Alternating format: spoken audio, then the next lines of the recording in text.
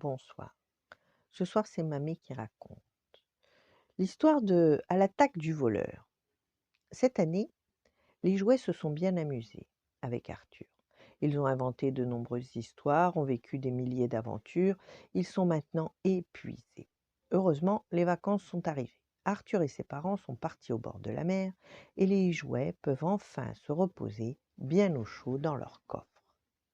Alors que Kadou le kangourou en peluche dort à point fermé, Igor le dinosaure le réveille. Il a entendu du bruit. Kadou soulève le couvercle du coffre et écoute avec attention. Igor a raison. Il y a quelqu'un dans la maison. Arthur et ses parents sont de retour, c'est la rentrée. Kadou est pourtant encore très fatigué. Il bâille si bruyamment qu'il réveille Léon, le soldat de plomb, et Roméo, le robot. Que se passe-t-il demande-t-il en bâillant à leur tour. C'est la rentrée, gémit Kadou. Tous sont très mécontents.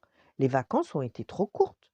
Roméo éclaire alors de ses bras lumineux le réveil d'Arthur et pousse un grand soupir. N'importe quoi, grommelle-t-il d'une voix ensommeillée. Regardez la date, ce n'est pas encore la rentrée. Nous pouvons nous recoucher. Rassurés, Kadou, Roméo et Léon commencent à se rendormir. Mais Igor, le dinosaure, est toujours inquiet. Si les vacances ne sont pas finies, qui est dans la maison s'alarme-t-il. Ben sûrement le chat, tente de rassurer Roméo, il a déjà éteint ses bras. Mais il n'est pas là, observe Igor, il est parti en vacances. Igor grogne tellement que plus personne ne peut dormir. Il décide donc d'aller voir qui est là. Kadou bondit hors du coffre et attrape Roméo et Igor, et puis aussi Léon. Arrivé devant la porte, il saute pour saisir la poignée et ouvrir. Les jouets se faufilent hors de la chambre, descendent doucement l'escalier, ils frissonnent. Plus ils s'approchent du salon, plus le bruit devient imposant. Quand ils entrent, une petite lumière est allumée. Un homme vêtu de noir dépose des objets dans un gros sac de toile posé à ses pieds. « C'est un voleur !» affirme Igor en tremblant. « Nous devrions nous cacher. » Léon, le soldat de plomb, n'est pas de cet avis. « Ben non !» s'exclame-t-il, « il faut le faire partir. Sans cela, nous ne pourrons plus jamais dormir tranquille. À la guerre comme à la guerre. » Aussitôt prononcé, aussitôt lancé, Léon brandit son épée, se précipite vers la jambe du voleur et la pique. Le voleur pousse un cri, se retourne, mais ne voit personne. Il recommence à glisser des objets dans son sac. Léon le pique à nouveau. L'homme s'arrête et regarde autour de lui. Il n'aperçoit qu'un petit soldat de plomb abandonné sur le parquet. Mais comme il trouve cela bizarre, il décide de se dépêcher. Il lui reste à prendre la télévision. Après, il pourra quitter cette drôle de maison.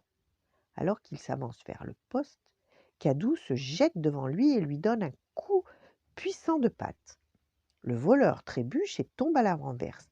Il atterrit sur Igor qui lui mord les fesses à pleines dents. Le voleur hurle. Roméo profite de ce moment pour allumer ses bras et lancer des éclairs de toutes les couleurs dans la pièce. Le voleur est paniqué, la maison est hantée. Il se jette dehors et dans sa précipitation, il oublie son sac dans le salon. On ne le reverra jamais, se réjouit Kadou. Ils éclatent tous de rire. Quand il entend ce grand brouhaha s'échapper par la porte, le voleur court encore, plus vite et disparaît à l'horizon. Jamais il ne reviendra dans cette maison.